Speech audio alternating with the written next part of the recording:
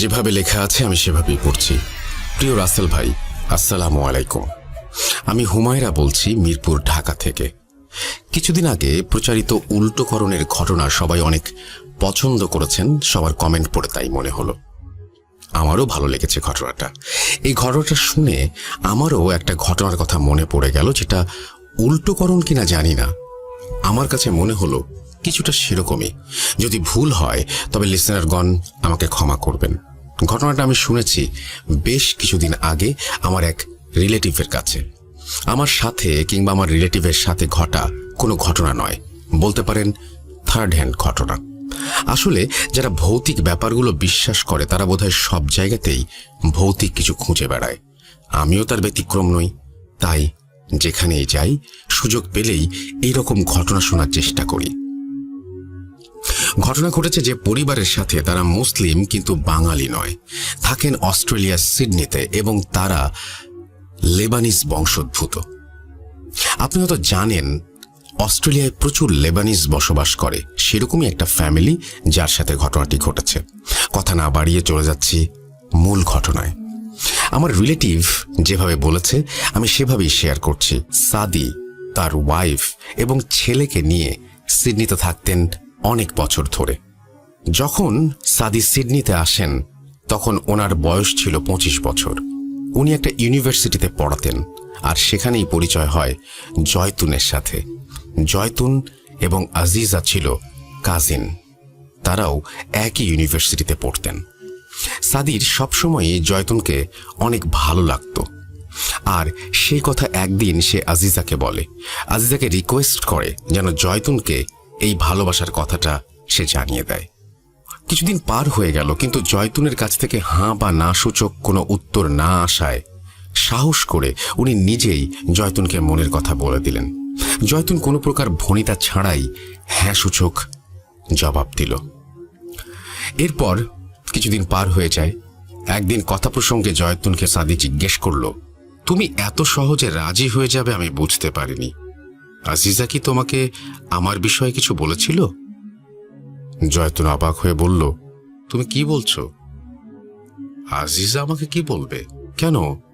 আমাদের বিষয়? আমি আজিজাকে দিয়ে তোমার কাছে প্রস্তাব পাঠিয়েছিলাম। কই, ও তো আমাকে কিছু বলেনি। দুজনে একটু অবাক হলো এবং সাদি বলল, বাদ দাও, আমরা দুজন একসাথে আছি, এটাই বড় কথা। আগেই বলেছি আজিজা এবং জয়তুন সম্পর্কে বোন হওয়ায় ওরা একই বাসায় থাকত। বছরখানেক পর সাদির পড়াশোনা কমপ্লিট হয়। এরপর তাদের রিলেশনের বিষয়টি তাদের ফ্যামিলিতে জানালো এবং বলল, আমরা বিয়ে করতে চাই। দুজনের ফ্যামিলি ওদের সম্পর্ক মেনে নিল এবং বিয়ের ব্যবস্থা করে দিল। এর বছরখানেক পার হতেই তাদের একটা ছেলে হলো। সাদি একটি প্রাইভেট প্রতিষ্ঠানে চাকরি করত এবং শুক্রবারে সিডনির একটা মসজিদে ইমামতি করত। অস্ট্রেলিয়ার সিডনিতে অনেক জায়গায় মসজিদগুলোতে লেবানিজ বা বাঙালি প্রভাব আছে। উনি যেহেতু ভালো কোরআন তেলাওয়াত করেন এবং ধর্ম সম্পর্কে ভালো ধারণা ছিল, তাই ওনাকে সবাই শুক্রবার জুম্মার নামাজ পড়ানোর অনুরোধ করেছিল এবং সেই থেকে উনি কন্টিনিউ করে আসছিলেন। ওনার আরও একটি বৈশিষ্ট্য ছিল, যেটা বংশক্রমে পাওয়া। জিনে ধরা মানুষের তদবির করতে পারতেন তিনি। উনি প্রফেশনালি করতেন না, কিন্তু মাঝে মাঝে এটা করতেন নিতান্ত কারো অনুরোধ থাকলে, এবং ওনার কিছু আধ্যাত্মিক ক্ষমতা ছিল সে কারণেও। সাদি যে অফিসে চাকরি করত সেখানেই কোইন্সিডেন্টালি আজিজারও চাকরি হয়ে যায়। চাকরির সুবাদে প্রতিদিনই আজিজার সাথে সাদির দেখা হয়ে যেত। একদিন কথা প্রসঙ্গে সাদি আজিজাকে জিজ্ঞেস করল, তুমি জয়তুনকে আমার কথা কিছু বলনি? এই কথা শুনে আজিজা রহস্যময় এক হাসি দিয়ে চলে গেল। সেদিন আর জানা হলো না। পরের দিন শুক্রবার সাদি জুম্মার নামাজ পড়ানোর পর মসজিদ সংলগ্ন কবরস্থানের কাছে এসে বাসায় যান। ওই বাসায় তার পরিচিত একজন গোরখোদক, যিনি কিছুটা অসুস্থ ছিলেন। লিসেনার গোরখোদক সম্পর্কে আগেও আশা করি শুনেছেন, তারপরেও বলি, যিনি কবর খোঁড়ার কাজ করেন তাকে গোরখোদক বলা হয়। এই লোকের নাম ছিল আসগর আলী। তো ঘরের কাছাকাছি যখন পৌঁছান তখন যে অবাক করা বিষয়টা ঘটে সেটা দেখার জন্য আসলে সাদি মোটেও প্রস্তুত ছিলেন না। উনি দেখতে পান ওই ঘর থেকে আজিজা বের হয়েছে, আর সাদিকে দেখার পর দ্রুত ওই স্থান থেকে চলে যাচ্ছিলেন। কয়েকবার ডাক দেবার সত্ত্বেও আজিজা কোনো রেসপন্স করেনি। আসগরের বাসায় যাওয়াটা অস্বাভাবিক বিষয় না, বিষয়টা হলো ওই লোক সাদির পরিচিত, কিন্তু আজিজা কেন ওই লোকের কাছে গেল?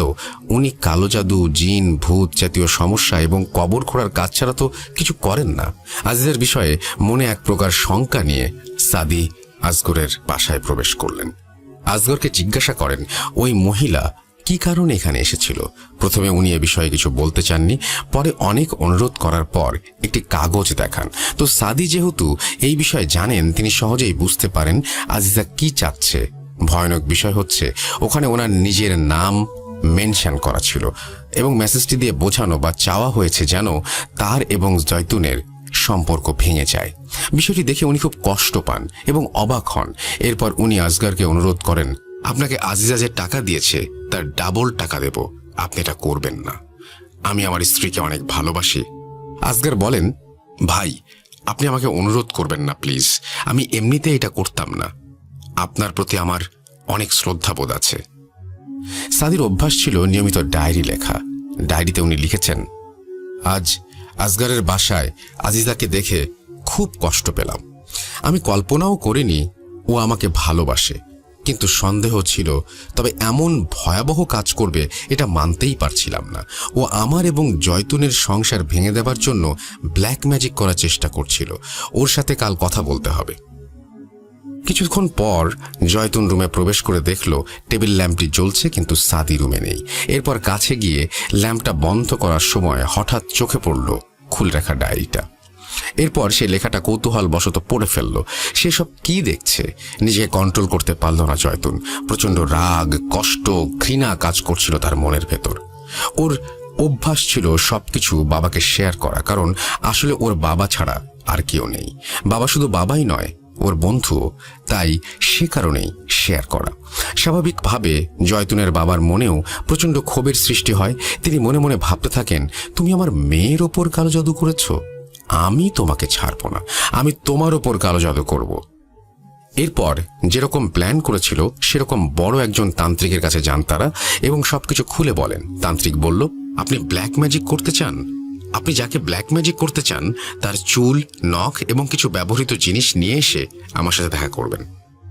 এদিকে জয়তুনের অনেক মন খারাপ দেখে ওকে এবং ছেলেকে নিয়ে বাইরে ঘুরতে যায় সাদি।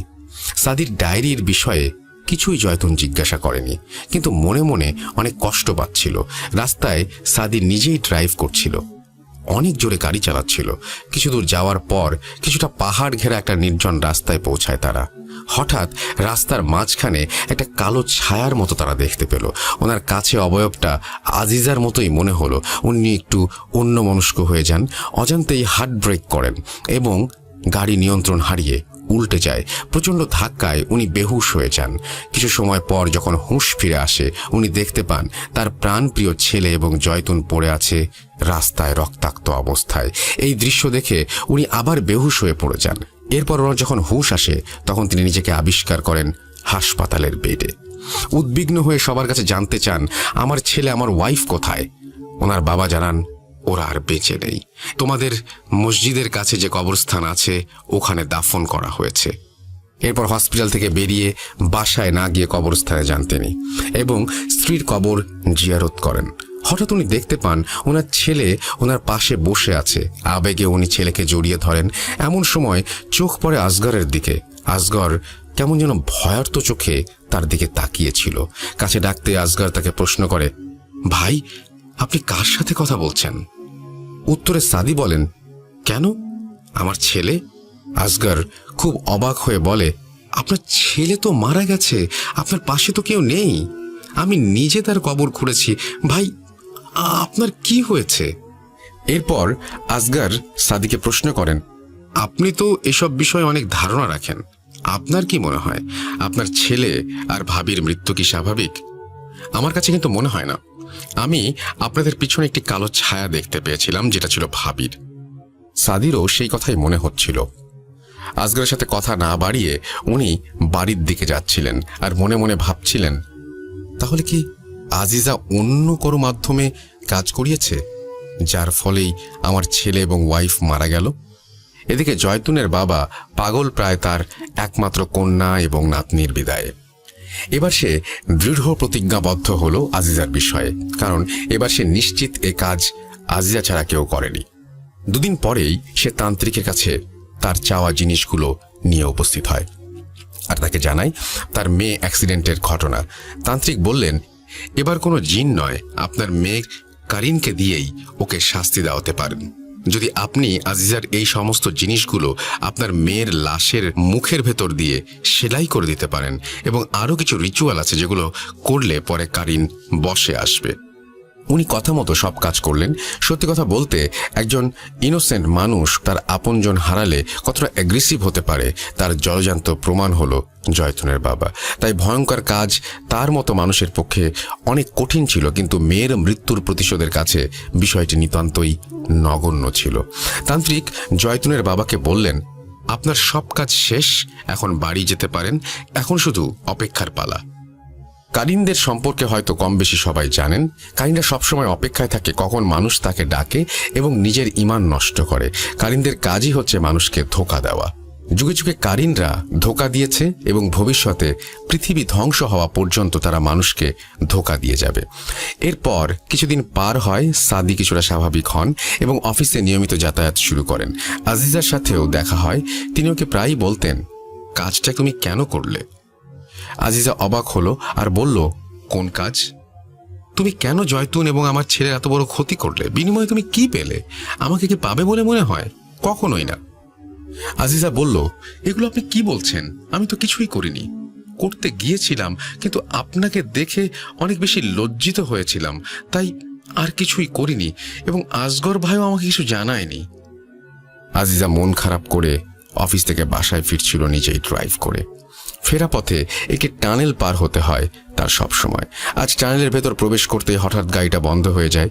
বিষয়টা খুব অবাক করা ছিল, কারণ গাড়ির সবকিছুই ঠিকঠাক ছিল এবং ট্যাঙ্ক ফুল ছিল। গাড়ি তো বন্ধ হয়ে যাওয়ার কথা না। এরপর ওনার ফ্রেন্ডকে ফোন করে লোকেশনটা জানালো এবং বলল, আমাকে একটু পিক করতে পারবা? কিছু সময় পার হয়ে যায়, কিন্তু কোনো গাড়িও আশেপাশে দেখা যাচ্ছিল না যে কারো লিফট চাইবে। তবুও চেক করার জন্য যখনই ডোর খুলে বাইরে পা দিল, কেমন একটা ভারী ফিল হতে লাগলো। গা শিউরে উঠল। ভয়ে ভয়ে গাড়ির পেছনের ব্যাগডালা খুলতে যাবে, তখনই টক টক করতে করতে একটা ছোট বল এসে তার পায়ের কাছে থামলো। উনি ভয়ে ভয়ে বলল, এনিবডি হিয়ার? কোথাও থেকে কোনো রেসপন্স আসলো না।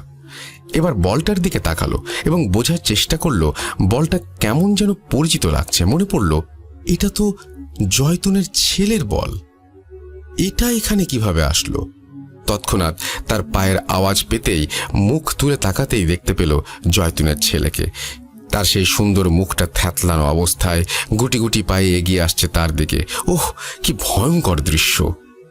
কোনো কিছু না ভেবে এক দৌড়ে গাড়িতে এসে দরজা লাগিয়ে দিল এবং ভয়ে কাঁপতে লাগলো এবং বলতে লাগলো, এটা আমি কি দেখলাম? হে আল্লাহ, আমাকে ক্ষমা করো। যা দোয়া জানে সব পড়তে শুরু করলো এবং দোয়া পড়তে পড়তে অজ্ঞান হয়ে পড়ল। এরপর ওনার বন্ধু এসে ওনাকে সেখান থেকে উদ্ধার করে সেন্সলেস অবস্থায়। আসলে এরকম সিচুয়েশনে না পড়লে ব্যাপারটা কতটা ভয়ঙ্কর সেটা বোঝা মুশকিল। ওই দিন থেকে এরকম ইনসিডেন্টস তার সাথে সবসময় ঘটতেই লাগলো, যা তাকে আস্তে আস্তে মানসিকভাবে বিপর্যস্ত করে ফেলল। সবসময় তার আশেপাশে জয়তুন বা তার ছেলেকে দেখতে পেত। সে সবসময় শুধু একা চিৎকার করে বলতো, জয়তুন, আমি তোর কোনো ক্ষতি করিনি, আমাকে ছেড়ে দে। আস্তে আস্তে আজিজা তার মানসিক ভারসাম্য হারিয়ে ফেলে এবং জয়তুনের বাবাকে বা আশেপাশে যেই আসতো তাকে আঘাত করত, এমনকি মাঝে মাঝে কামড়ে দিত। অফিস যাওয়া বন্ধ করে দিয়েছে অনেকদিন আগেই। একসময় তার চাকরি চলে যায়। সাদি কিছুই জানে না কি হয়েছে আজিজার। সে ফোন করে তার শ্বশুরকে আজিজার খবর জানায়। শত হলেও তার স্ত্রীর কাজিন এবং কলিগ। জয়তুনের বাবা জানায় তার করুণ অবস্থার কথা। শুনে সাদি আজিজাকে দেখতে যায়। এ কি হয়েছে? এ কোন আজিজা? এত ভয়ানক লাগছে কেন? তাকে দেখে যে কেউ আঁতকে উঠবে। সাদির যেহেতু এই সব বিষয়ে পূর্ব ধারণা আছে, তাই সে সহজেই বুঝে যায় কি সমস্যা। এটা যে কোনো শারীরিক অসুস্থতা নয় সেটা তার কাছে স্পষ্ট। তার উপর কালো জাদু করা হয়েছে। ওই দিন সে বাসায় ফিরে আসে আর পরের দিন সে আসগরকে নিয়ে ওর কাছে যায়। সাদি দোয়া পড়ে জিন হাজির করে। জিন জানায় কি হয়েছে বিষয়টা। তার উপর কারিন চালান করা হয়েছে। কারিন কে চালান করেছে এটা জিন স্পষ্টভাবে না বলেই চলে যায়। তবে যাওয়ার সময় বলে যায় যে করেছে সে তোমাদের এই ঘরেই আছে।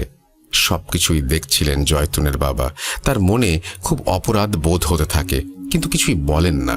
এদিকে সাদি কনফিউজড হয়ে যায় এবং আসগারকে প্রশ্ন করে, তুমি করেছো এই কাজ?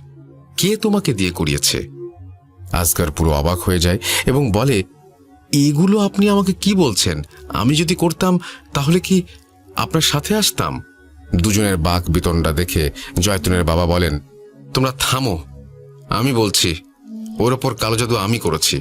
তুমি ডায়েরিতে কি লিখেছিলে মনে আছে? ওই লেখাটা জয়তুন পড়েছিল এবং আমাকে জানিয়েছিল। এরপর জয়তুন মারা যায়। আমার পুরোপুরি ধারণা ছিল আজিজা ওর ওপর কালো জাদু করেছে, তাই ওভাবে মারা গিয়েছে।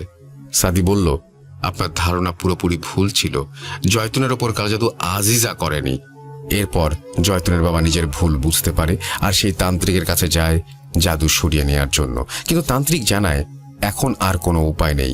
কারিন তাকে পুরোপুরি ক্যাপচার করে ফেলেছে, আর সরানো সম্ভব না। এরপর আজিজার পাগলামির মাত্রা বেড়ে যেতে থাকে এবং তাকে সিডনিতে একটি মানসিক হাসপাতালে ভর্তি করিয়ে দেওয়া হয়। জানা যায় ওখান থেকে কোনো এক রাতে সবার চোখকে ফাঁকি দিয়ে আজিজা কোথাও চলে গেছে। ঘটনার এন্ডিংটা সবসময় আনন্দের হয় না। এটারও তাই। কালো জাদু যে সবসময় মানুষের জীবন তছনছ করে দেয়, এখানেও তার ব্যতিক্রম নয়। সব রহস্যের উত্তর পাওয়া গেলেও একটা রহস্যের জট অজানাই রয়ে গেল। সেটা হলো, কেনই বা সাদি ওই দিন রাস্তায় আজিজাকে দেখতে পেয়েছিল? জয়তুনের অ্যাক্সিডেন্টটা কি স্বাভাবিক ছিল, নাকি তার ওপর কালো জাদু করা হয়েছিল? যদি করা হয়েই থাকে তাহলে কে করেছে? এই প্রশ্নটা লিসেনারদের কাছে ছুড়ে দিলাম। জানি না কেমন লেগেছে আমার ঘটনাটা আপনার এবং লিসেনারদের কাছে। যদি সামান্য ভালো লেগে থাকে প্রচার করবেন আশা করি। আমাকে গোলাম রাব্বি প্রায় সবসময়ই লিখতে বলেন, কিন্তু আমার কাছে মনে হয় আমি গুছিয়ে লিখতে পারি না। ভূত.com-এর রোমান, সাবিত, তুষার ভাই আরও যারা আছেন তারা সবাই অনেক সুন্দর করে গুছিয়ে লেখেন। তাদের লেখা দেখলে বা শুনলে সাহস পাই না। এবারে লেখাটা অ্যাডমিন সেজুতি আপুর জন্য লিখলাম। এই বলে তিনি তার নাম দিয়েছেন হুমায়রা বিনতে কবির, এবং থ্যাংক ইউ ভেরি মাচ আপনার এই ঘটনাটি পাঠানোর জন্য। যেভাবে লেখা আছে আমি সেভাবেই পড়ছি। আসসালামু আলাইকুম রাসেল ভাই ও ডিয়ার লিসেনার্স, আমি মোহাম্মদ সাবিত আলম, লিখছি ময়মনসিংহ বিভাগ থেকে। আমি বর্তমানে ভূত.com-এর একজন মডারেটর হিসেবে কাজ করছি। আজ আমি নতুন একটি ঘটনা নিয়ে আবারও আপনাদের মাঝে ফিরে এসেছি। ঘটনাটি আমি যার কাছ থেকে শুনেছি তিনি আমার কোচিংয়ের একজন কলিগ ছিলেন। বলে রাখা ভালো যে 2017 সাল থেকে ময়মনসিংহের কোনো এক কোচিং সেন্টারে আমি পার্ট টাইম টিচার হিসেবে জয়েন করি। সেখানেই ওনার সাথে আমার পরিচয় হয়। ওনার নাম প্রকাশে আপত্তি থাকায় আমি ওনার নাম রাশেদ হিসেবে ব্যবহার করছি। 2019-এর পর কোনো এক কারণে কোচিং ছেড়ে দিই আমি। রাশেদ ভাইও কিছুদিন পর কোচিং ছেড়ে ঢাকায় চলে যান, কিন্তু ওনার সাথে আমার যোগাযোগ ছিল। উনি ভূত.com-এর বড় একজন ফ্যান। আমি মডারেটর হবার পর আমাকে উনি বলেছিলেন যে উনি যখন ময়মনসিংহে আসবেন আমাকে ওনার লাইফের একটি ঘটনা বলবেন। রাশেদ ভাই বয়সে আমার থেকে 2-3 বছরের বড় হবেন। লাস্ট কয়েক মাস আগে ওনার একটি চাকরির ইন্টারভিউ ময়মনসিংহে হওয়ায় উনি ময়মনসিংহ আসেন, আর আমি ওনার সাথে দেখা করে ঘটনা শোনার সুযোগ পেয়ে যাই। আমি রাশেদ ভাইকে নিয়ে ময়মনসিংহের কাচারি ঘাটের কাছের একটি চায়ের দোকানে বসি। ওনার সাথে নিয়মিত জীবনের খোঁজ খবর নেবার পর্ব শেষ করে ওনাকে আমি আচমকাই বলে বসি, ভাই আপনি না আমাকে ঘটনা বলবেন বলেছিলেন, আজকে বলেন। উনি আমার কথা শুনে আমার দিকে তাকিয়ে মুচকি একটা হাসি দিয়ে একটা সিগারেট ধরিয়ে কিছুক্ষণ সেটা টেনে আমার দিকে বাড়িয়ে দিলেন। আমি ওনার কাছ থেকে সিগারেট নিয়ে টান দিতে যাব, তখনই উনি বলতে শুরু করলেন ওনার জীবনের এক কালো অধ্যায়। রাশেদ ভাইয়ের ঘটনা উনি আমাকে যেভাবে বলেছেন আমি সেভাবে লেখার চেষ্টা করছি। অনিচ্ছাকৃত ভুল ত্রুটির জন্য ক্ষমা চেয়ে নিচ্ছি। বলছেন রাশেদ ভাই, না না না, আমি এই কাজ করব না। আমি যার তার কাজ করি না। আমি সেই জায়গাতেই যাই যেই জায়গায় আমাকে প্রয়োজন।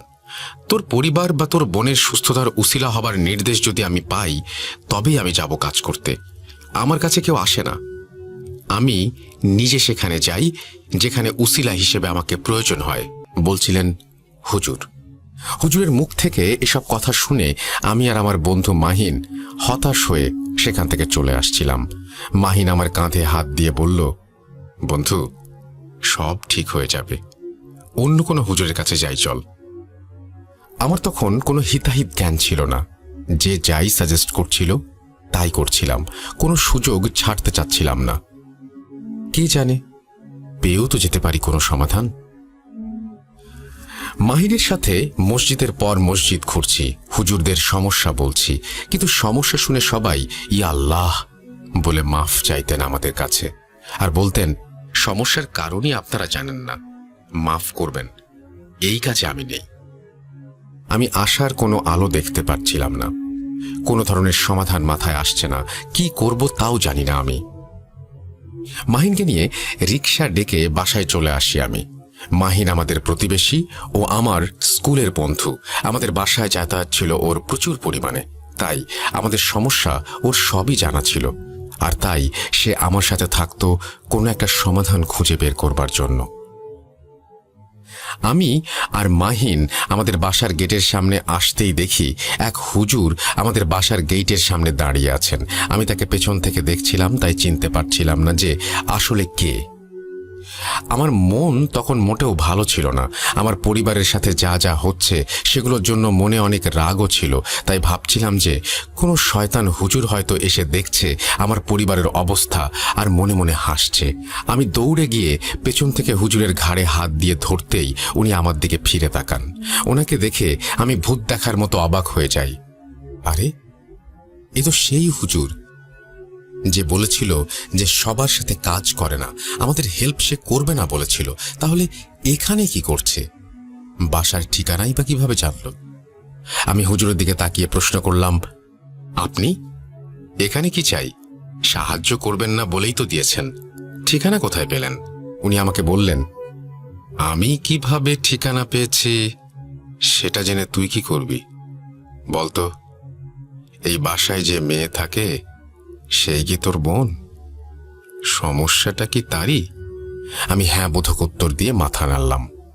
উনি তৎক্ষণাৎ আমাকে বললেন, তোর নাম তো রাশেদ, তাই না?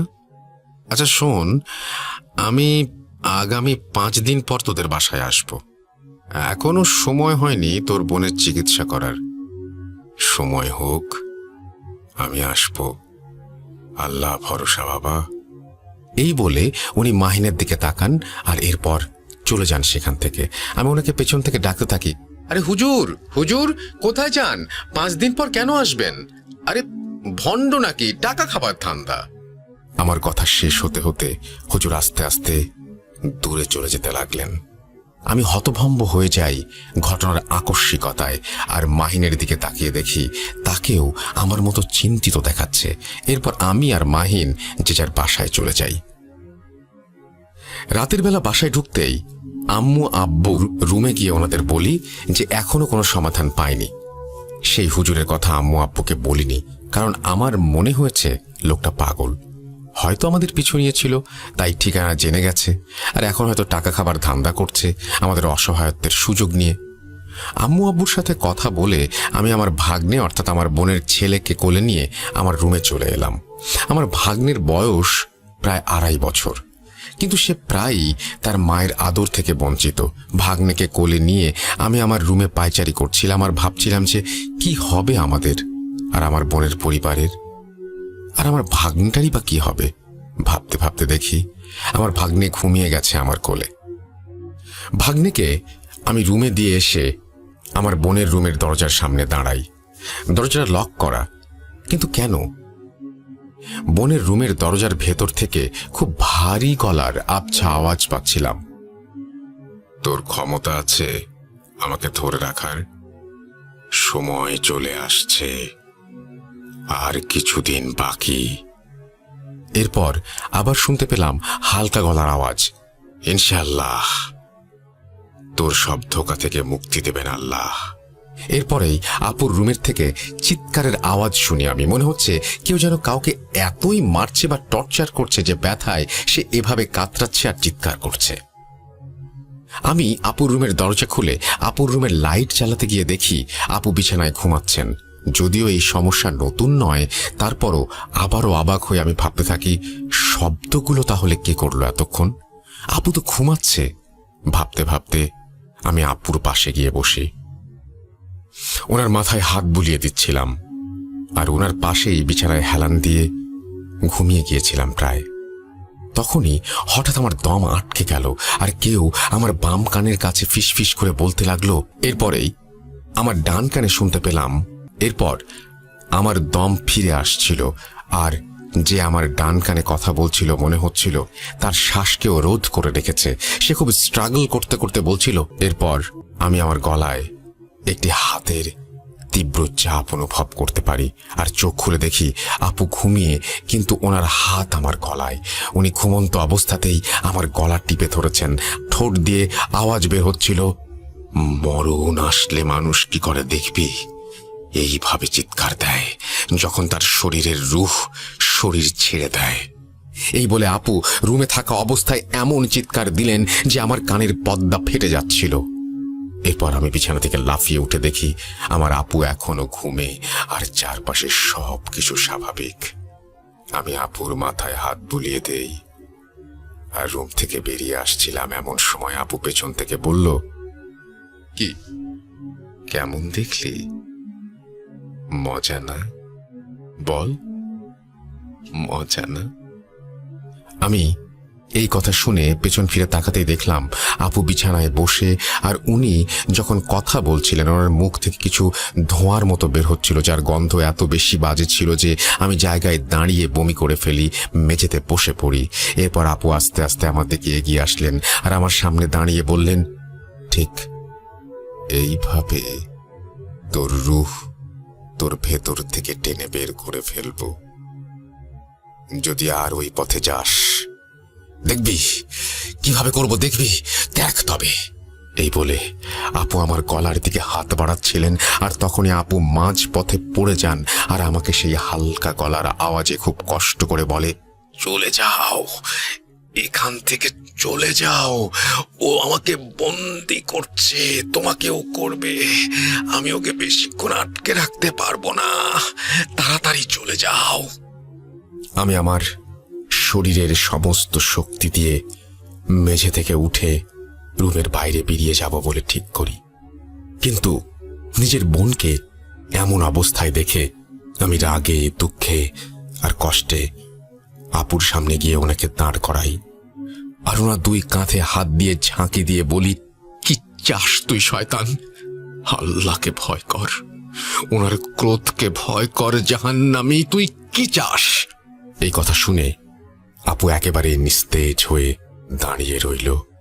আমি ওনাকে এভাবে নিশ্চুপ দাঁড়িয়ে থাকতে দেখে ভয় পেয়ে একটু পিছিয়ে যেতে নিলে আপু আমার হাত ধরে আমাকে জড়িয়ে ধরেন আর বলেন, আগে শরীর চাই, পরে রূহ, আগে তোর বোনেরটা, পরে তোরটা, এরপর তোর মা বাবার। আমাকে জাগিয়ে অনেক ভুল করেছে ও, আমাকে কেন ডাকলো? আমি এবার সব শেষ। আপু কথাটা শেষও করতে পারেনি, তার আগেই উনি আমাকে ছেড়ে দেন আর আমার থেকে দূরে সরে গিয়ে হালকা আওয়াজে বলেন, চলে যেতে বললাম না তোকে? চলে যা, ও তোকে বন্দি করার আগে চলে যা। এরপর আমার আর কিছুই মনে নেই। এরপর আমার ঘুম ভাঙল পরদিন সন্ধ্যায়। ঘুম থেকে উঠে দেখি আমি নিজের বিছানায় শুয়ে আছি, আর আমার আম্মু আমার পাশে বসা। আমি আম্মুকে গতকাল রাতের কথা বললে আম্মু কান্না করতে শুরু করে দেন আর বলতে থাকেন, রাশেদ, তুই গতকাল রাতে তোর ঘরেই ছিলি, তুই এতক্ষণ আমাকে যা বললি, সকালে তোর বোন আমাকে সেইগুলোই বলল, কিন্তু তার ভাষ্য মতে রাতের বেলা সে তোর ঘরে এসেছিল, তুই ওর ঘরে যাসনি, আর তুই নাকি ওর সাথে ওই সব কথা বলেছিস যা তুই শুধুমাত্র আমাকে তোর বোনের নামে বললি। আর তুই দুই রকম আওয়াজে নাকি কথা বলছিলি। সকালে উঠে আমি দুজনকেই দুজনের রুমের দরজার সামনে অজ্ঞান অবস্থায় পেয়েছিলাম।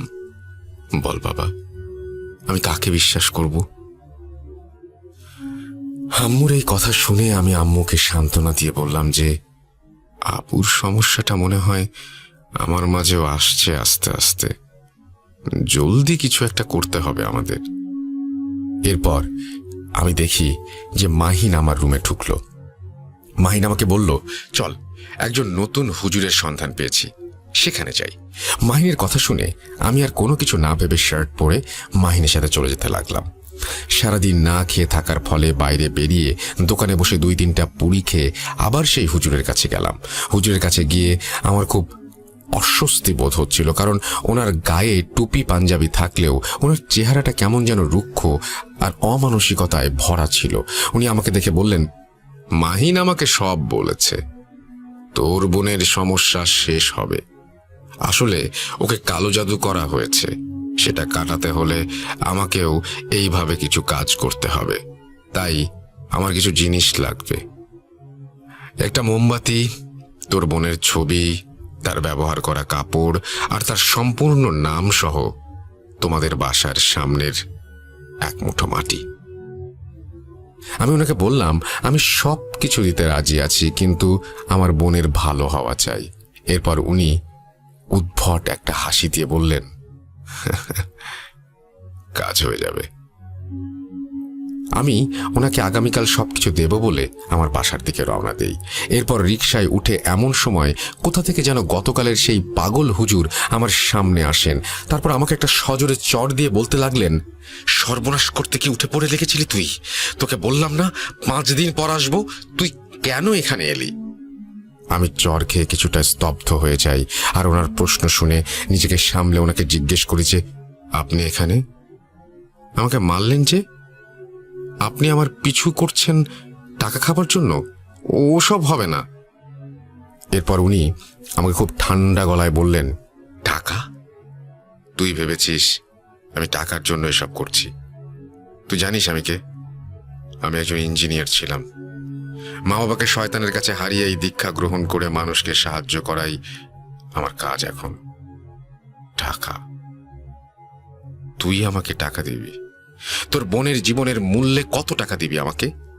টাকার কথা বলিস মূর্খ, কত টাকা দিবি তুই?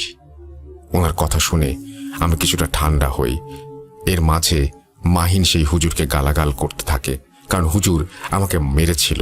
এরপর আমি মাহিনকে শান্ত হতে বললাম আর হুজুর আমাদের বললেন, চল, তোদের নিয়ে সামনে এগুতে এগুতে তোর বোনের ঘটনা শুনবো। আয়, অনেককেই তো বলেছিস, আমাকে একবার বলে দেখ।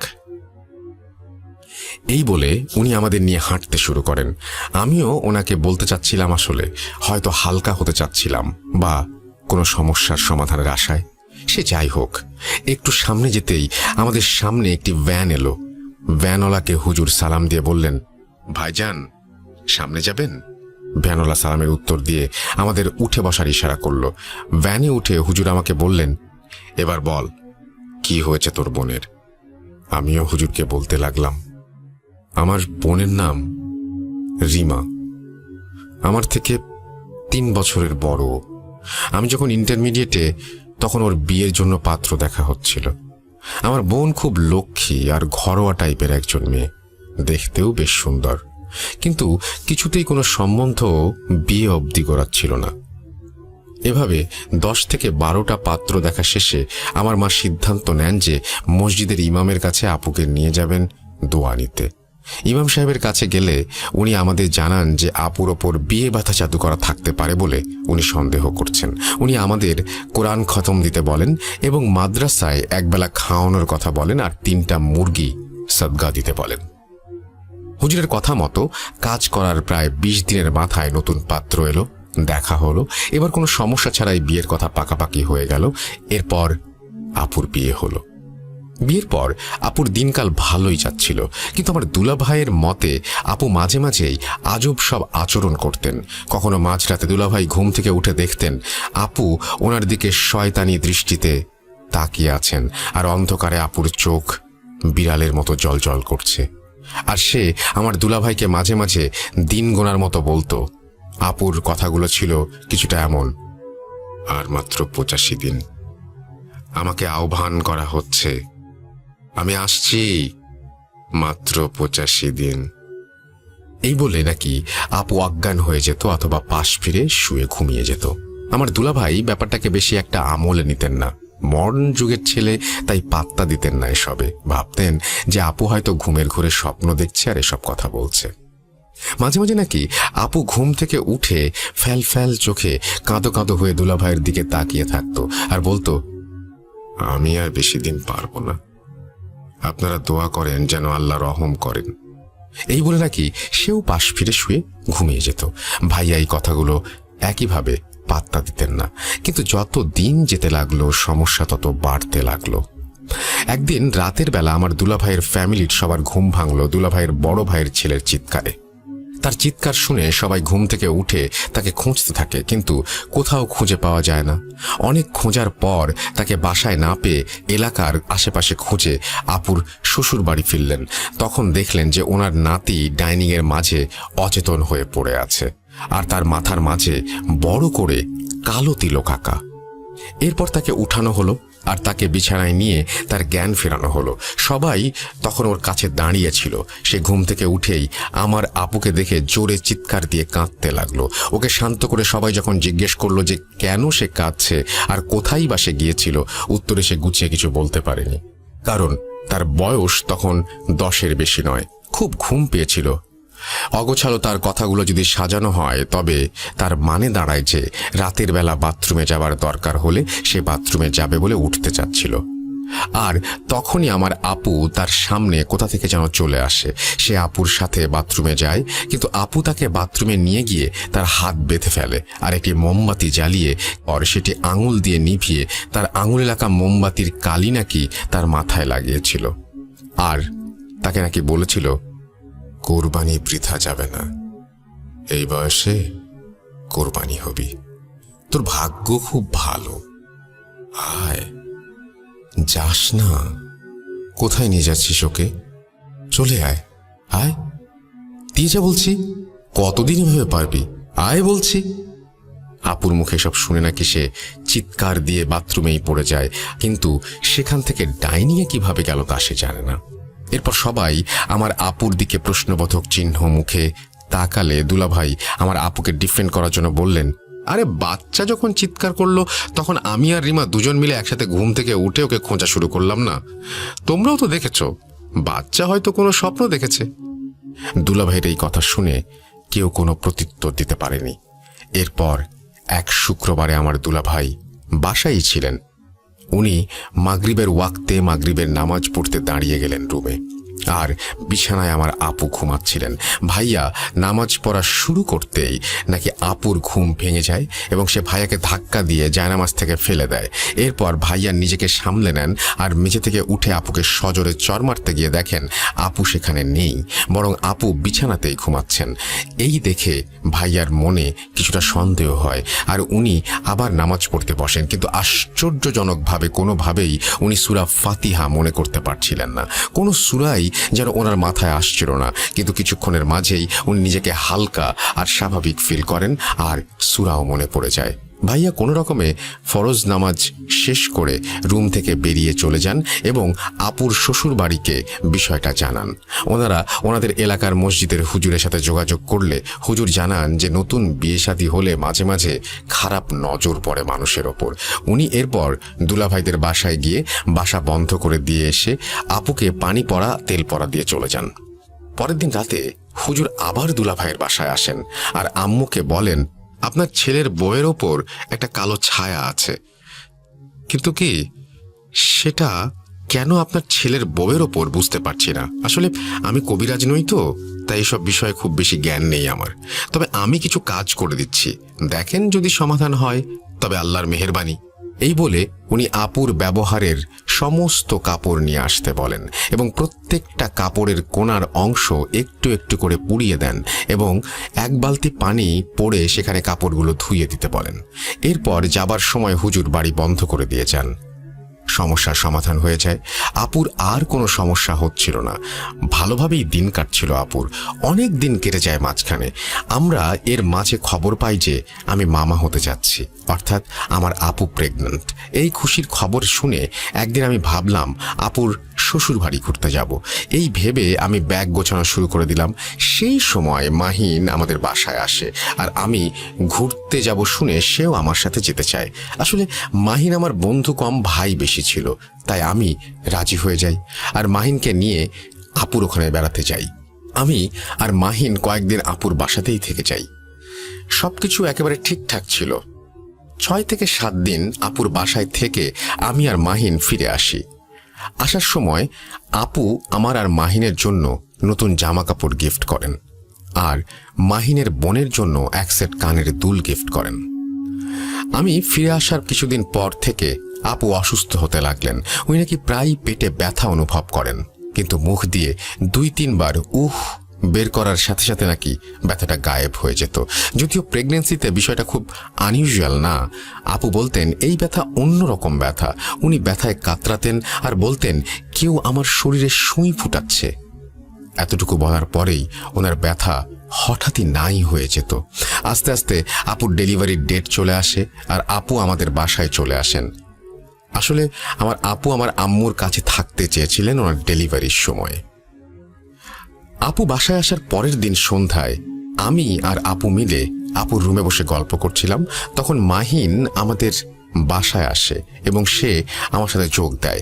এরপর আমার আর মাহিনের সামনেই আপু আমার গলা টিপে ধরেন। হঠাৎ বলতে থাকেন, অনেক দিন অপেক্ষা করতে হলো, তোর কোনো দোষ নেই। আসলে খুব রেগে আছি তো, তাই তোকে মেরে সেই রাগ আমি ঠান্ডা করব। এই এই তুই আবার এসেছিস, চলে যা বলছি, চলে যা। এই বলে আপু আমার গলা টিপে ধরে। আমার চারপাশ যেন অন্ধকার হয়ে যাচ্ছিল। এরপর আমি আমার কাঁধে মাহিনের ধাক্কা অনুভব করতেই আমার চোখের আলো ফিরে আসে আর আমি নিঃশ্বাস ফিরে পাই। আমি মাহিন আর আপুর দিকে তাকিয়ে দেখি সবকিছুই স্বাভাবিক, কিন্তু আমি আমার গলায় তখনও ব্যথা অনুভব করছিলাম। মাহিন আমাকে বলে, কিরে রাশেদ, কথার মাঝে কি ভাবছিলি? আজ যাই রে, পড়া আছে, দেরি হলে আম্মু অনেক বকবে। এরপর আমাকে আর আপুকে বিদায় দিয়ে মাহিন বাসায় চলে যায়। আমি এরপর বাথরুমে গিয়ে আয়নায় দেখি আমার গলায় আঙুলের ছাপ স্পষ্ট। আমি কিছুতেই মিলাতে পারছিলাম না যে কি থেকে কি হয়ে গেল আমার সাথে। সেদিন রাতে আমি আমার রুমে রাতের বেলা একাধিক ব্যক্তির হাঁটা চলার আওয়াজ শুনতে থাকি। ঘুমের মাঝে কেউ আমার কানের কাছে এসে ভারী গলায় বলতে থাকে, কতদিন ওকে সাহায্য করবি, কতদিন ওর সাহায্য নিয়ে বাঁচবি, আর বেশি দিন নাই, শেষ হবে, সব শেষ হবে। পরক্ষণেই আমার হালকা একটা আওয়াজ শুনতে পাই, ভয় পেও না, আমি আছি। কতদিন পারবো জানি না, কিন্তু আমি আছি, আল্লাহ ভরসা। ভোর হচ্ছে, ওঠো, নামাজ পড়ো, দোয়া করো। হালকা সেই কণ্ঠটা আমি শুনতে পাই। সেই কণ্ঠে যেন খুব কষ্ট নিয়ে এই কথাগুলো বলতে থাকে। এদিকে আম্মুকেও কিছু বলতে পারছিলাম না যে আমার সাথে কি হচ্ছে, কারণ আম্মু অলরেডি আপুকে নিয়ে ব্যস্ত। আর যতই ডেলিভারির ডেট আসছিল, আম্মু যেন ততই খুশি আর নার্ভাস, দুটোই হচ্ছিলেন একসাথে। এর মাঝে দেখতে দেখতে আপুর ডেলিভারির ডেট চলে আসে, আর ফুটফুটে এক পুত্র সন্তানের জন্ম দেন আমার আপু। আমরা সবাই খুবই খুশি, আর দুই পরিবারের মাঝে আনন্দের কোনো সীমা ছিল না। আমার ভাগ্নেকে নিয়ে আপু যখন বাসায় ফিরলেন, তখন আমি খেয়াল করতে পারলাম যে আমার ভাগ্নে আমার আপুর কাছে গেলেই কান্নাকাটি করে, আর অন্য সবার কোলে চুপ থাকতো। আপুর কোলে বসে সে খেতেও চাইতো না, কাঁদতে থাকতো। এই সমস্যাটা সন্ধ্যার পর বেশি দেখা যেত। যদিও বিষয়টা স্বাভাবিক মনে হতো না আমাদের, তবুও বেশি একটা আমলে নেই না বিষয়টা। এরপর আপু তার শ্বশুর বাড়ি ফিরে যান আর আমার ভাগ্নেকে নিয়ে যান।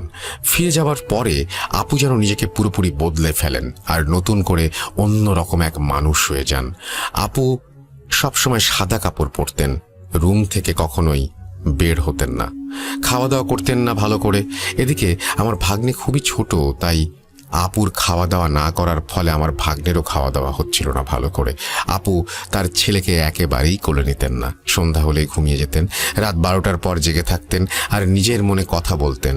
সকালে যদি ওনাকে জিজ্ঞেস করা হতো যে উনি কি বলছিলেন বিড়বিড় করে, তখন উনি বলতেন যে ওনার কিছু মনে নেই। একদিন আমার দুলাভাই রাতের বেলা ঘুমাচ্ছিলেন। আপু যথারীতি সজাগ। দুলাভাই আপুকে ঘুমাতে বলতেই আপু ওনার গলা টিপে ধরেন আর বলেন, তোর আজও এত সাহস, আমাকে হুকুম করছিস? তোর আর তোর পরিবারের সাথে আমার কোনো লেনাদেনা নেই। আমাকে আমার মতোই থাকতে দে, নাইলে তোর বংশে লাশের স্তূপ বানিয়ে দেব।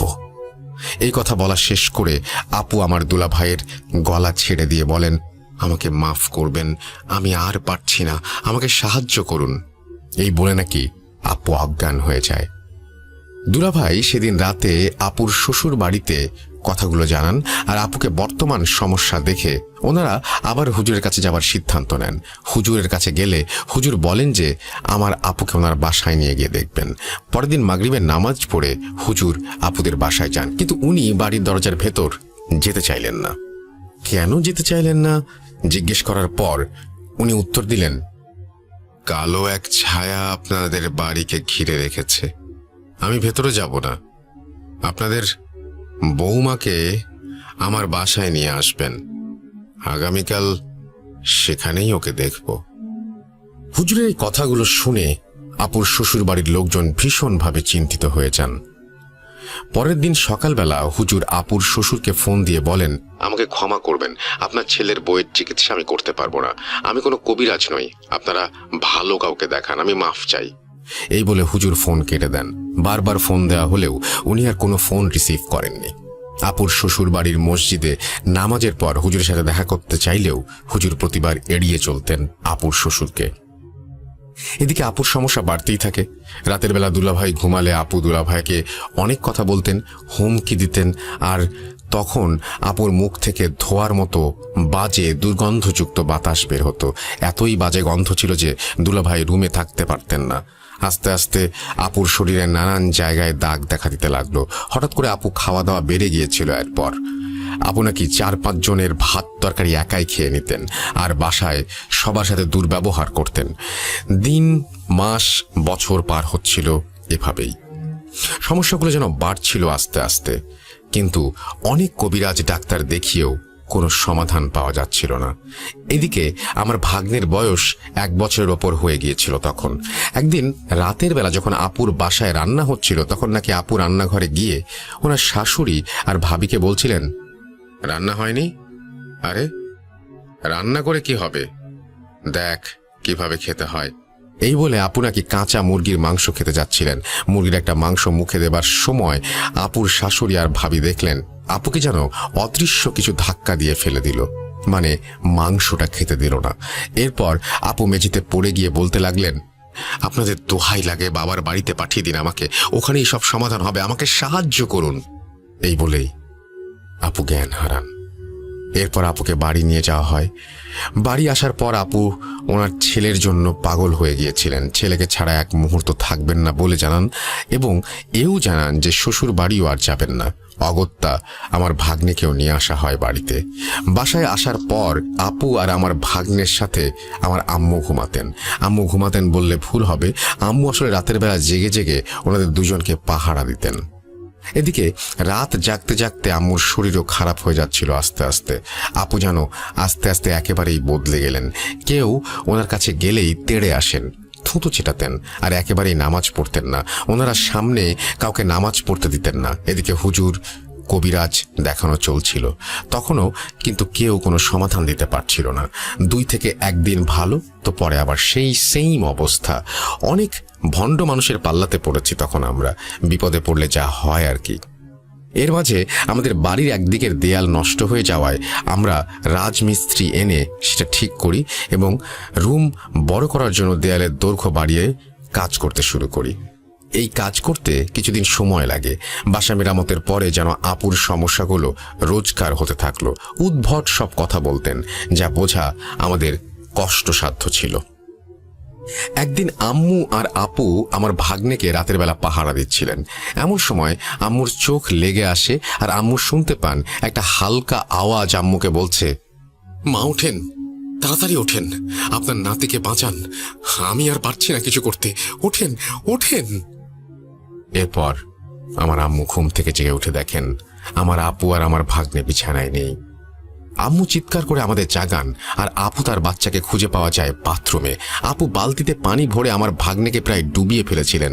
আর এই দৃশ্য দেখে জলদি আপুকে ধরে তার হাত থেকে বাচ্চাটাকে নিয়ে চলে আসি আর আপুকে ধরে তার রুমে নিয়ে যেয়ে লক করে দেই।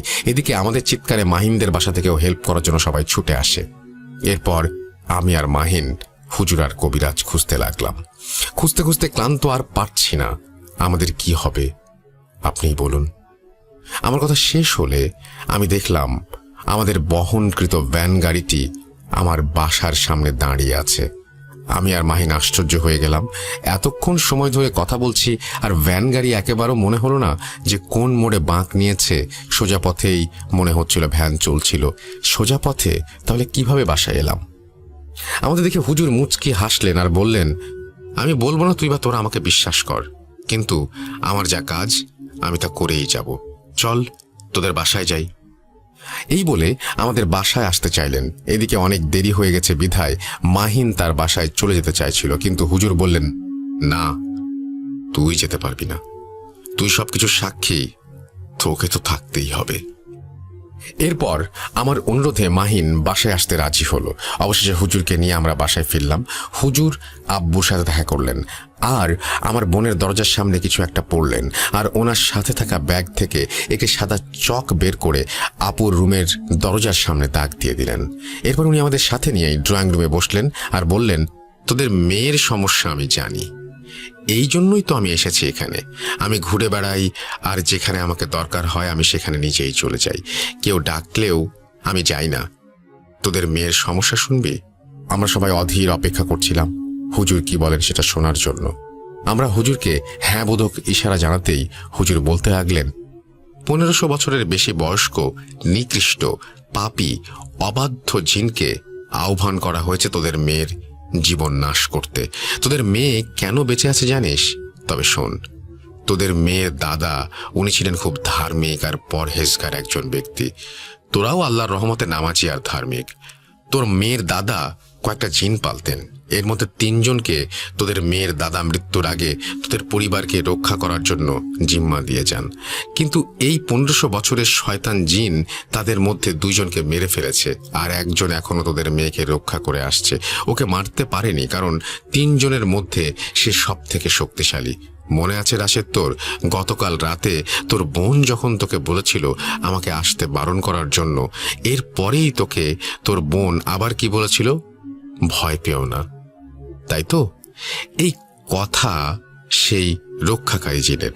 তোর মেয়ের জামাইকে রাতের বেলা কাঁদো কাঁদো গলায় সেই বলতো যে আর পারছি না। তোদের মেয়ের গর্ভে তোদের নাতি থাকা অবস্থায় ব্যথার উপক্রম করতো যখন শয়তান, তখন সেই রক্ষক জিনই সেটা সমাধান করত। তোদের মেয়ে জামাইকে নামাজে শয়তানটা ধাক্কা দিলে সেই রক্ষক জিনই ওর মাথায় আবার সূরা মনে করে নামাজ পড়তে সাহায্য করে। কাঁচা মাংস খেতে গেলে তোদের মেয়েকে সেই বাধা দিয়েছিল। তোর মেয়ে জামাইয়ের বড় ভাইয়ের ছেলেকেও এই জিনই রক্ষা করেছিল সেদিন। সে তোর পরিবারকে রক্ষা করে আসছে নানানভাবে। এতটুকু শুনে আমি জিজ্ঞাসা করলাম, হুজুর 1500 বছরের জিনকে আহ্বান করা হয়েছে মানে বুঝলাম না। আমার কথা শুনে হুজুর হাসলেন আর বললেন, এর উত্তর একজনই দিতে পারে, মাহিন। হুজুরের কথা শুনে আমি আর আমার পরিবার এমন শক খেলাম সেটা বলে আর বোঝাতে পারবো না। আমরা সবাই মাহিনের দিকে তাকাতেই দেখলাম মাহিন প্রচন্ড রাগ নিয়ে হুজুরের দিকে তাকিয়ে আছে আর বলছে, ভেবেছিলাম কোনোদিন কেউ জানবে না, কিন্তু আপনি কোথা থেকে এসে জেনে গেলেন সবকিছু? আমি এবার প্রচন্ড রাগ নিয়ে মাহিনের গালে একটা চর বসিয়ে বলি, সবকিছু খুলে বল মাহিন। এরপর মাহিন বলতে শুরু করলো, রিমাকে আমি কখনো আপন নজরে দেখিনি। ওকে আমি ভালোবাসতাম, কিন্তু আমার ভালোবাসার কোনো মূল্যও দিত না আর বুঝতেও চাইতো না। কখনো বলতেও পারিনি ওকে। একে তো বন্ধুর বোন, তা আবার বয়সে বড়। ওর বিয়ের কথা উঠলে আমি কি করব ভেবে অনেক কিছু করব বলে ভাবি। কিন্তু আমি ইন্টারমিডিয়েটের এক ছেলে, কী বা করব। শেষমেশ কোনো পথ না পেয়ে আমার মাথায় একটা শয়তানি প্ল্যান আসে। বিভিন্ন জায়গায় অনেক খুঁজে খুঁজে এক তান্ত্রিকের সন্ধান পাই। নিজের জমানো টাকা তার কাছে দিয়ে তার মাধ্যমে রিমার বিয়ে বন্ধ করার জন্য কালো জাদু করি। ভাবছিলাম আর বেশি কিছু করব না, কিন্তু হুজুরের কাছে গিয়ে জাদু কাটিয়ে রিমার বিয়ে দিলি তোরা। রাগে কষ্টে আমি পাগল হয়ে গিয়েছিলাম, তাই আমি রিমার উপর কালো জাদু করে ওকে মেরে ফেলতে চেয়েছিলাম। ও আমার যখন না, তখন কারোর না। রিমার শ্বশুর বাড়ি বেড়াতে গেলে রিমা যে কানের দুল আমার বোনের জন্য দিয়েছিল, সেটাও আমি কালো জাদুর কাজে ব্যবহার করেছি। কিন্তু তোরা খুব নামাজি আর রিমার হাজবেন্ড খুব ধার্মিক, তাই ওর সন্তান যখন রিমার গর্ভে, তখন আমি চেয়েও রিমার কোনো ক্ষতি করতে পারছিলাম না। ওদের বাসাটাও বন্ধ ছিল তখন, কিন্তু বাচ্চা হয়ে যাওয়ার আগে রিমা যখন এখানে এলো তোদের বাসায়, তখন আমি ওর ওপরে কালো জাদু করি। কিন্তু তোদের এই বাসা তোদের দাদা সুরক্ষিত করে রেখেছিল, তাই বেশি কিছু করতে পারিনি, হুজুরকে ভয় দেখানো ছাড়া। এরপর তোর বাসা মেরামতের কাজ করতে গিয়ে মাটি খুঁড়ে বাসার সুরক্ষা নষ্ট করে ফেললে আমি ফাইনালি রিমা আর তার ছেলেকে মেরে ফেলার জন্য ফ্রি হয়ে যাই। কিন্তু পারছিলাম না সেই ভালো জিনের জন্য, তাই আজ তোকে এই তান্ত্রিকের কাছে নিয়ে গিয়েছিলাম। রিমাকে শেষবারের মতো কালো জাদু করতে কিছু জিনিস লাগতো, সেই কাজে তাই তোকে নিয়ে গিয়েছিলাম। তোর হাত দিয়ে তোর বোনকে মেরে ফেলার প্ল্যান করছিলাম আমি, তোকে নিয়ে গিয়েছিলাম, কিন্তু কোত্থেকেই হুজুর এসে সব শেষ করে দিল। মাহিনের মুখে সব কথা শুনে আমি হিতাহিত জ্ঞান শূন্য হয়ে মাহিনকে বেধড়ক মারতে গেলে হুজুর আম্মু আব্বুর কথায় থেমে যাই। আমি মাহিনকে বলি, কিভাবে পারলি তুই মাহিন? তোকে তোকে বন্ধু কম ভাই বেশি ভাবতাম, আপুও তোকে কত আদর করত ছোট ভাই হিসেবে। কিভাবে পারলি তুই মাহিন? এটা কি তুই করলি? এই বলে আমি অঝরে কাঁদতে থাকি। আমার কান্না দেখে মাহিন আমার কাঁধে হাত রেখে কাঁদো কাঁদো হয়ে বলে, বন্ধু, রাগ আর শয়তানের ধোকায় পড়ে আমি ভুল করেছি, আমাকে মাফ করে দে। রিমাকে ভালো করতে যা করতে হয় আমি করব। মাহিনের কথা শুনে হুজুর মাহিনকে জিজ্ঞেস করলেন, কিভাবে এই কালো জাদু করেছে তোমার তান্ত্রিক? মাহিন বলল, শ্মশান থেকে পুরনো একটি লাশের হাড় ব্যবহার করে এই অবাধ্য জিনকে সেটার মধ্যে বাঁধা হয় এবং সেই হাড়ে রিমা আপুর ব্যবহার করা কাপড়ের টুকরো আটকে সেই জিনকে খোরাক হিসেবে আপুর রূহ দেয়া হবে বলে ওয়াদা করে কালো জাদু করা হয়েছে।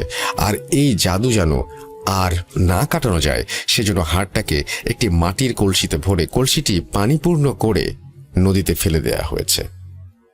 মাহিনের কথাগুলো শুনে হুজুর বললেন, মানে না মেরে যাবে না? আচ্ছা, এখনো সময় হয়নি, আমি 4 দিন পর এসে এর সমাধান করার চেষ্টা করব, বাকিটা আল্লাহর ইচ্ছা। এই 4 দিন বাসায় মাদ্রাসার ছাত্র আনাবি তোরা, 1 মিনিটের জন্য যেন কোরআন পড়া বন্ধ না হয়। তোরা নিজেরাও পড়বি, নামাজ পড়বি, জিকির করবি, দোয়া করবি। আমি বাসা বন্ধ করে দিয়ে যাচ্ছি। এই বলে হুজুর বাসা বন্ধ করে চলে গেলেন। এরপর আমাদের বাসায় হুজুরের কথা মতো কোরআন পাঠ শুরু হয় মাদ্রাসার ছাত্রদের নিয়ে এসে। আমার ফরজ নামাজ সহ সকল নামাজ আদায় করি এই 4 দিন। এই 4 দিনে শুরুর দিকে আপুর থেকে চিৎকার শুনতে পেতাম যে কেউ ভেতর থেকে বলছে, বন্ধ কর বলছি, আমি আর পারছি না। এরপর আপু নিজেই আবার বলতেন, আল্লাহর কালামের শব্দ শয়তানের কানে বিষ। তোর দিন শেষ হয়ে আসছে, ইনশাআল্লাহ এবার সব ঠিক হয়ে যাবে। এরপর থেকে আপুর রুম থেকে আর আওয়াজ শুনতে পাইনি আমরা। এই 4 দিন সকাল সন্ধ্যা রাত আপুকে খাইয়ে দিতেন আম্মু। 4 দিন পর সন্ধ্যায় হুজুর আমাদের বাসায় আসলেন। উনি আপুর রুমের সামনে গিয়ে সেদিনের দেয়া চকের দাগের একটা কোনায় কেটে ঢুকে পড়লেন। হুজুরকে দেখে আপু হুজুরকে খুব সুন্দর করে সালাম দিল। হুজুর আপুর সালামের উত্তর নিয়ে বললেন, আল্লাহ তোর ওপর আরো রহমত দান করুন। নাম কি তোর? তুই কি এই পরিবার রক্ষা করছিস? আল্লাহ এর ইনাম দেবে তোর জন্য, অপেক্ষা করবে ইনশাল্লাহ। এখন থেকে তুই সাহায্য করবি এবং মেয়েটাকে সুস্থ করতে। কি করবি তো? হুজুরের কথা শুনে আপু বললেন, ইনশাল্লাহ হুজুর, আমার নাম হামজা। এরপর হুজুর একটা কাগজ নিয়ে অনেক কিছু লিখলেন, আর লেখা শেষ হলে সেটা একটা গ্লাসের পানিতে ডুবিয়ে দিলেন। এরপর দোয়া পড়ে পানিতে ফু দিয়ে কাগজটা বের করে আমাদের হাতে দিয়ে বললেন, এই কাগজ এমন জায়গায় পুঁতে দিয়ে আসতে হবে যেখানে সন্ধ্যার পরেও অন্ধকার থাকে না, কোনো না কোনো কোল থেকে আলো সেই জায়গায় গিয়ে পড়ে, সেখানে পুঁতে দে। কিন্তু কোথায় পুঁতে দিলি সেটা কাউকে বলবি না, কাউকে না, আমাকেও না। হুজুরের কথা শুনে আমার আব্বু কাগজটা পুঁতে দিতে চলে গেলেন। আমার আব্বু রুম থেকে বের হতেই আমার আপু নড়ে চড়ে বসলেন আর হুজুরকে বলতে লাগলেন, তোরা কত ভীতু আর কত অসহায়, কতজন মিলে আমাদের বিরুদ্ধে লড়ছিস, দেখ কত ক্ষমতা যে এতজন মিলেও আমাকে হারাতে পারছিস না। রুহ যদি নিতে না পারি তাহলে কাউকে না কাউকে আমি মারবই। এই কথা শুনে হুজুর বললেন, আমরা এতজন নই, আমরা আল্লাহর রহমতের আশায় সবাই একটাই দোয়া করছি, এই মেয়ের সুস্থতা। হতে পারি অনেকজন উপস্থিত আমরা, কিন্তু আমাদের দোয়া একটাই, আর এই একটা দোয়ার কাছেই তুই হারবি। এরপর আব্বু ফিরে এসে গ্লাসে থাকা পানি আপুকে খাইয়ে দেন। আপু পানি কিছুতেই খাবেন না, অনেক মানা করলেও এই 4 দিনের কাজে আপুর ভেতর সেই শয়তান অনেকটাই দুর্বল হয়ে গিয়েছিল, তাই আপুকে আমরা সহজেই পানি খাওয়াতে পেরেছিলাম। আপু নাকি খাওয়ার পর হুজুর কিছু দোয়া পড়ে আপুর গায়ে ফু দিলেন আর বললেন, তুই আছিস হামজা, কালো যত জিনিসগুলো বের করে দে। এরপর আপু অঝরে বমি করতে লাগলেন, বমির সাথে চুল আর কাপড় বের হচ্ছিল। বমি করে আপু অজ্ঞান হয়ে যান। হুজুর আপুর হাতে একটা তাবিজ বেঁধে দিলেন, বললেন, এই কালো জাদুর আসল জিনিস সেই লাশের হাড়, সেটা আর পাওয়া সম্ভব না, তাই তোদের মেয়ে সেই কালো জাদুর মাঝে একটা দেয়াল তৈরি করে দিলাম। দেয়ালটা এই তাবিজ আর এই কাগজে যেটা পুঁতে আসলি সেটা বানিয়ে দিলাম। মেয়ের ভেতর থেকে কালো জাদুর জিনিস বের করা হয়েছে, জিন ভর করতে পারবে না। আর যতদিন এই দেয়াল আছে মনে রাখবি এই তাবিজ যেন খোলা না হয়, আর ওই কাগজ যদি ওখান থেকে বের করে ফেলা হয় আর কিছুই করা সম্ভব হবে না। যা, আল্লাহর দয়ায় এখন থেকে তোদের মেয়ে সুস্থ, আর তোরা চাইলে হামজা তোদের সাথে থাকবে, নইলে ওকে আমি নিয়ে যাব।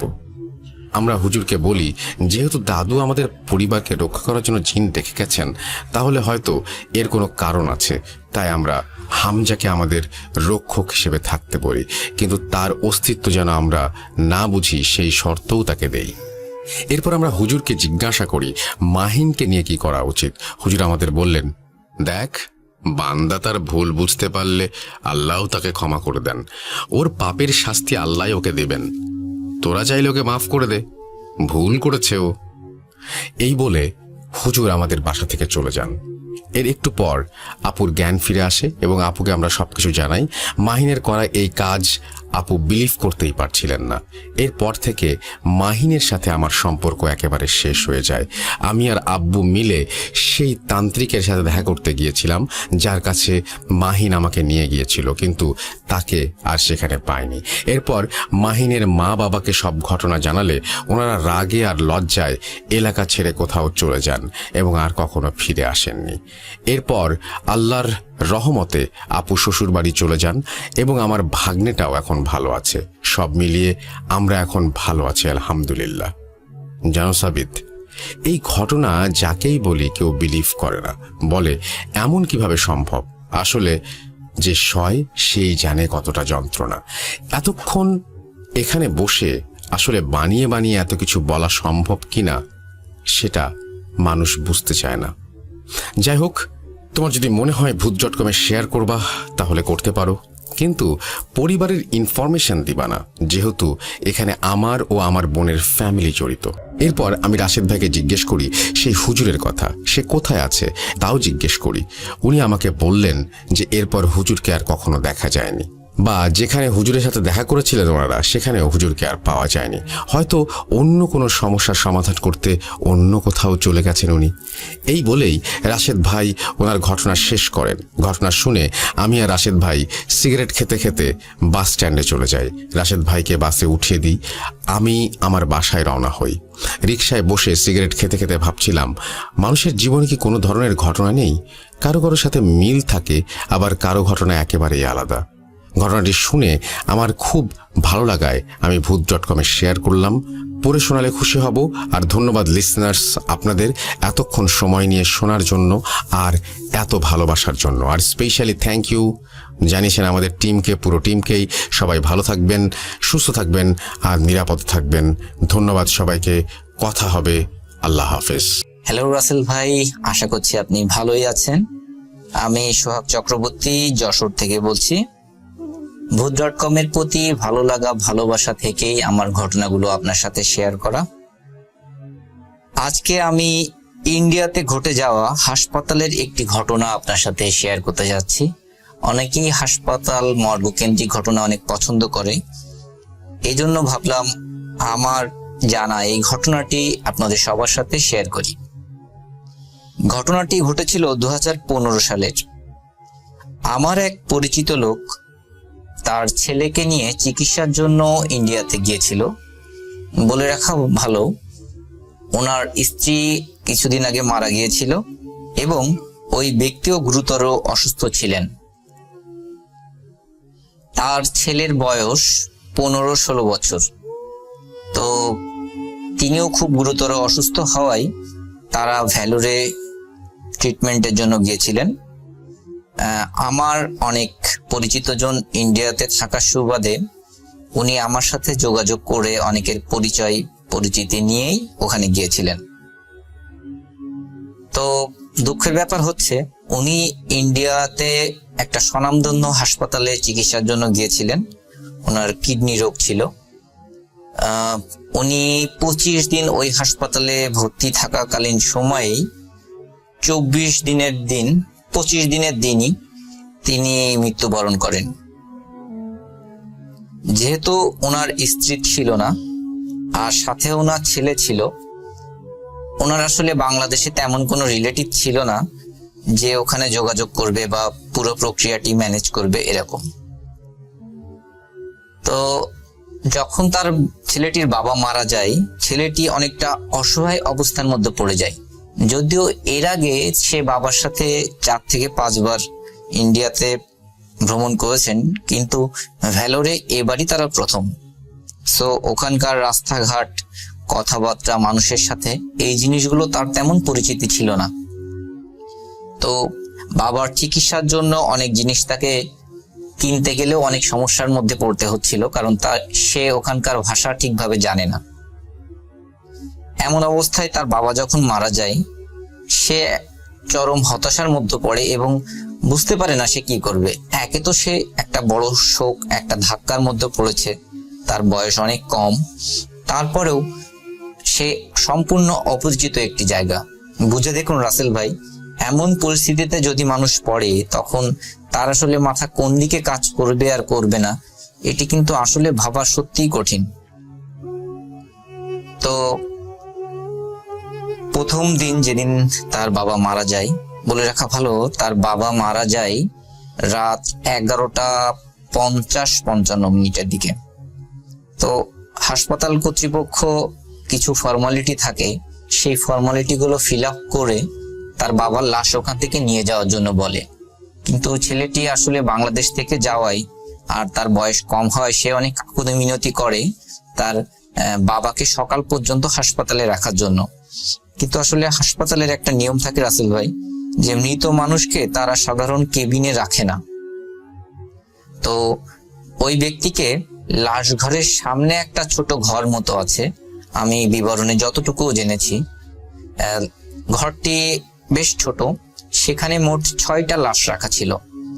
অনেক সময় দ্রুত ডেলিভারির জন্য ওই লাশগুলোকে ওই ঘরে রাখা হয়, যারা দেখা গেল 1 ঘন্টা 2 ঘন্টা 3 ঘন্টার ভিতরে নিয়ে যাবে লাশগুলো, সেরকম লোকেদের ক্ষেত্রে ওই লাশগুলো ওখানে রাখা হয়।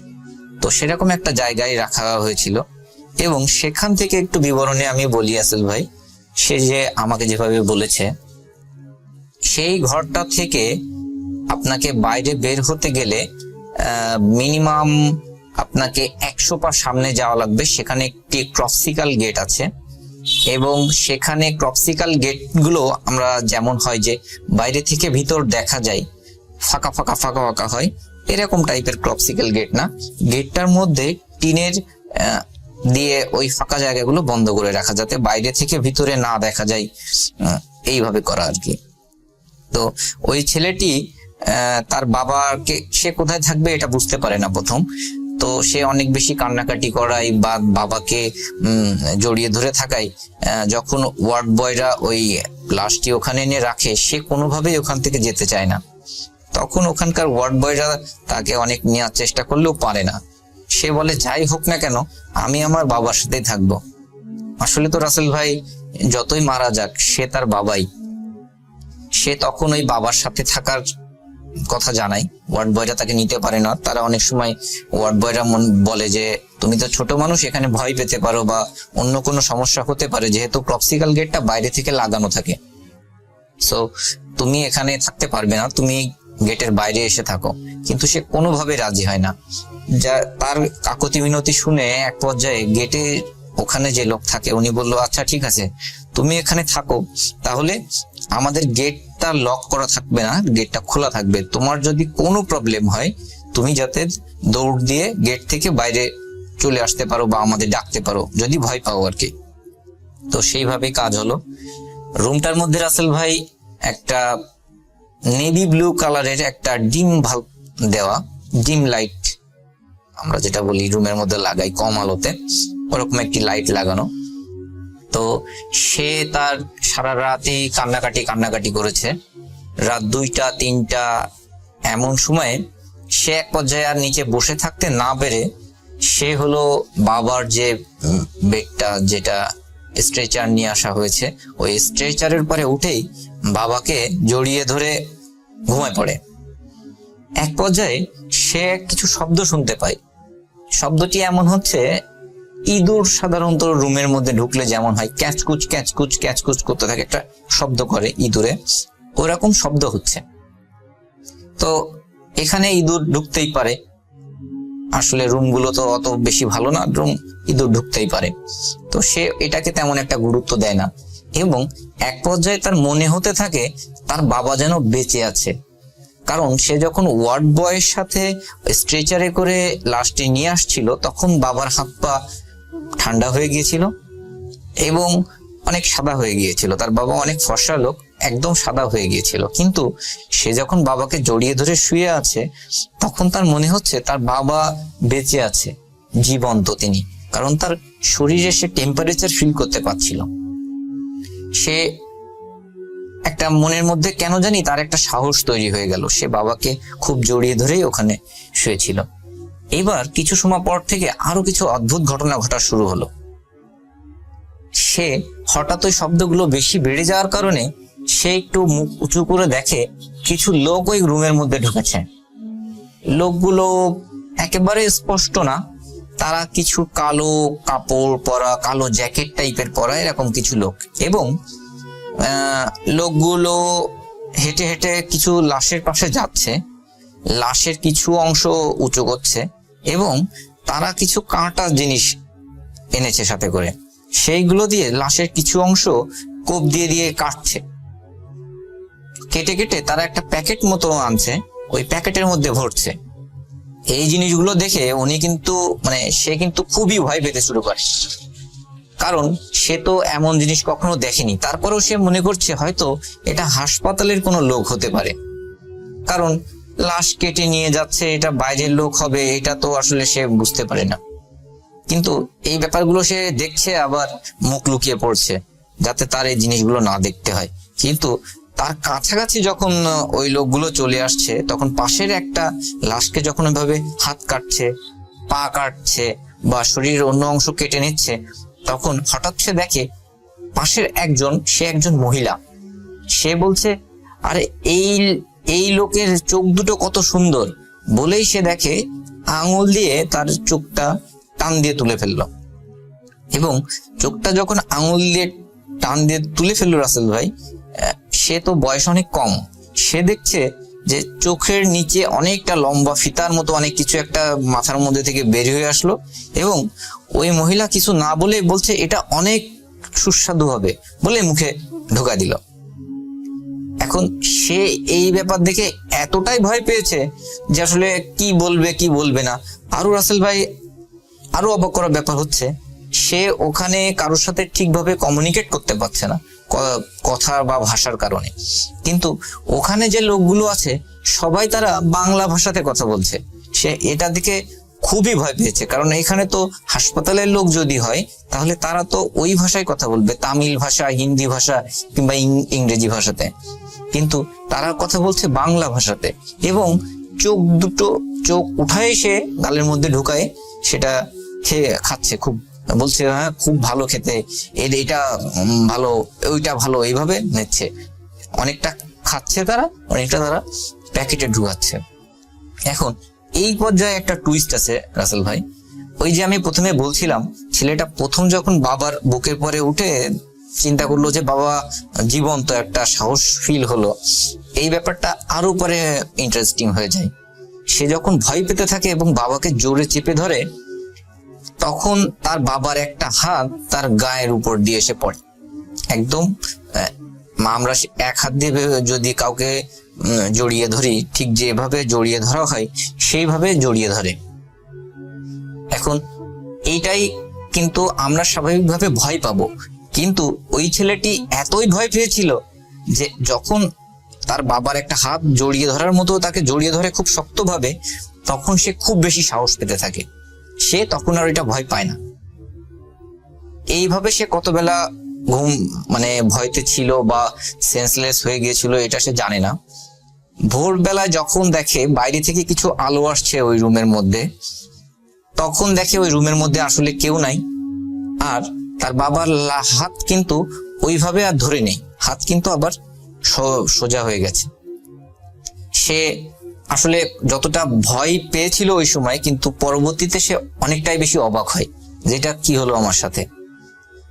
তখন সকাল হলে সে বাইরে গিয়ে ওয়ার্ড বয় যারা ওখানে 2-1 দিন কথা বলে, যাদের সাথে মোটামুটি পরিচিত হয়েছিল, তাদের সাথেই বলে ঘটনাটি এরকম। তখন ওয়ার্ড বয়রা বলে যে আসলে তোমার বয়স কম বলে তোমাকে আমরা ওখানে রাখতে চাচ্ছিলাম না, এই কারণেই এখানে এরকম প্যারানর্মাল কিছু ঘটনা ঘটে। অনেকেই দেখে যে এখান থেকে লাশ কেউ খেয়ে যাচ্ছে, অনেক সময় বাস্তবিকভাবে ও লাশের কিছু অংশ গায়েব হয়ে যায়। তারপরে আরো অনেক ঘটনা ঘটে, তুমি বয়স অনেক কম হওয়ার কারণে তোমাকে আমরা ওখানে রাখতে চাচ্ছিলাম না। সো এটা ছিল ঘটনা। পরবর্তীতে ওই ছেলে আমার সাথে ফোনে কথা বললে আমি ওখান থেকে কিভাবে আসবে সেটা নিয়ে আমি তাকে সব পরামর্শ দিই। সে লাশ নিয়ে আর দেশে ফিরতে পারে না, ওখানেই তার বাবার লাশের সৎকার করে সে বাংলাদেশে চলে আসে, এবং বাংলাদেশে আসার পরে সম্পূর্ণ ঘটনাটি আমার সাথে শেয়ার করে। আমি আজকে সেই ঘটনাটি আপনার সাথে শেয়ার করলাম রাসেল ভাই। যদি আপনার ঘটনাটি পছন্দ হয় তো শ্রোতাদের উদ্দেশ্যে আপনি প্রচার